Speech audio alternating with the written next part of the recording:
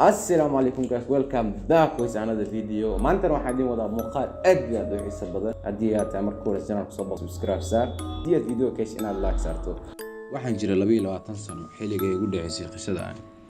waxaan aad ugu baahnaa shaqo, waxaana shaqo ka helay iskuulkayga hore. runaaantii shaqadani markaan helay aad iyo aad ayaan ugu farxay sababtoo ah waxaan ahaa qof aad iyo aad ugu baahan inuu shaqeeyo. waxaana shaqo ka helay xafiis ka kooban 3 kombiyuutar iyo 3 kursi. xafiiskaasna waa xafiiska laga maamulo dhammaan iskuulka. xafiiskaasna waxaa lagu ilaaliyaa dhammaan xogaha iskuulka, imtixaanaadka ardayda iyo dhammaan wixii markaas iskuulkaas ka dhaco. waxaan joogay xafiiska ilaalinta daatada, waxaan meesha yaalay serfaraad aad u tiro badan. runaaantii habeenkii ugu horreysay waa shaqada lagu wareejiyo oo aan shaqo bilaabay aad ayaan ugu faraxsanaa. maamulahana waan isfahanay, waxaan ku ballanay inaan si fiican u wada shaqayn doono. habeenkii ugu horreysay shaqada runaaantii waxay ugu bilowday si aad iyo aad u jawi deganaa. shaqadeedana waxay ahayd mid si nadiif ah ugu socoto ilaa isbuuc kadib xaaladda iska bedeli doonto. maalin maalmaha ka mid ah aniga iyo 3 isla shaqaynaynay. asxaabteyda qaybta sare ayay joogeen, waraaqado iyo waxyaabo ayay daawacanayeen. anigana waxaan iska cunayay sandwich. kadib ayaa hal mar si degdeg ah lii soo wacay. waxaan la ii sheegay in iskuulka arrin khatar ay ka jirto, albaabadiisa dhanna la xiray oo aanan la bixi karin, aanan la soo geli karin. sidaas darteedna waa naftadeedaan ka taxadiro. isla markii waxaan ku cararay halkii oo leerka qolka leerkiis ayaan damiyey.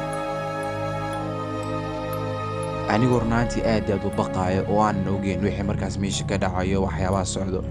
nalka qolka ayaan damiyey, kombiyuutarka hashdiisana waan damiyey si jawiga ilaa uu iska bedelayo wax kale aan ka helayo. gabadhii soo wacday ayaan mar kale fariin u diray, ma aysan ii soo jawaabin. ku dhowaad ilaa 20 daqiiqo ayaan waxaan isku boojinayay taleefankayga, maraan geem ciyaaro iyo maraan fariimo qoro. hal maraas si lama filaana waxaan dareemay qolka baqaarka in lasoo furayo oo kale.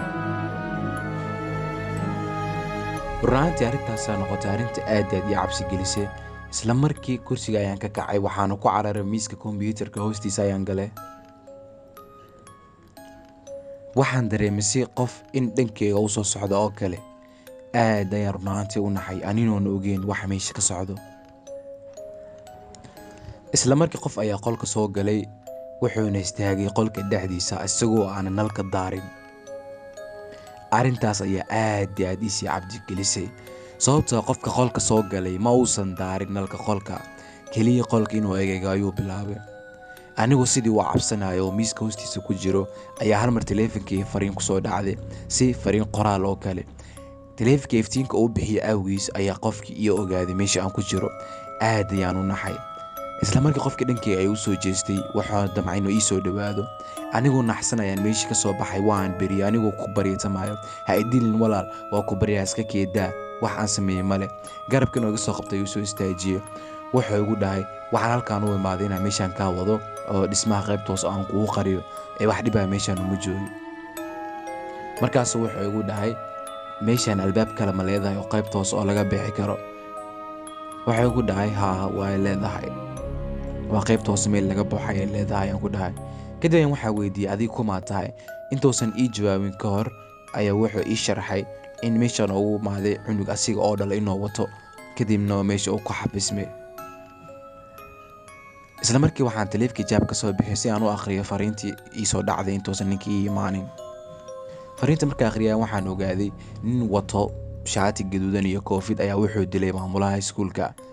haddii aad rabto inaad naftadaada badbaadiso, iridda qaybta kore si oroda ugu soo baxay fariintii.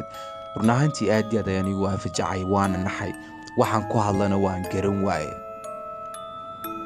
ninkii markaan fiiriyey wuxuu ka shakiyey cabsideeda iyo qaabka aan noqday. anigoo kala labaynaya waxaan go'aan ku qaatay iridda qaybta sare inaan orod ugu soo baxo. isla markii biskoolada ayuu igu soo dabariday. anigana ma aan istaagin, orodkii ayaan ka soo watay ilaa iridda kore aan ka soo baxay. markuu iga soo daba baxay, isla markii booliska ayaa meeshaas ku diyaarsanaa. ninkiina sidaas ayaa lagu qabtay. run ahaantii maamulaha muusan dhimanin, waa uu ka badbaaday xabadda ku dhacday. haddii xilligaas aan meesha kusii adkaysan lahaa, waan meesha sii fadhin lahaa anigoon gambanin, qofka labaad ee dhimanaya aniga ayaan ahaan lahaa.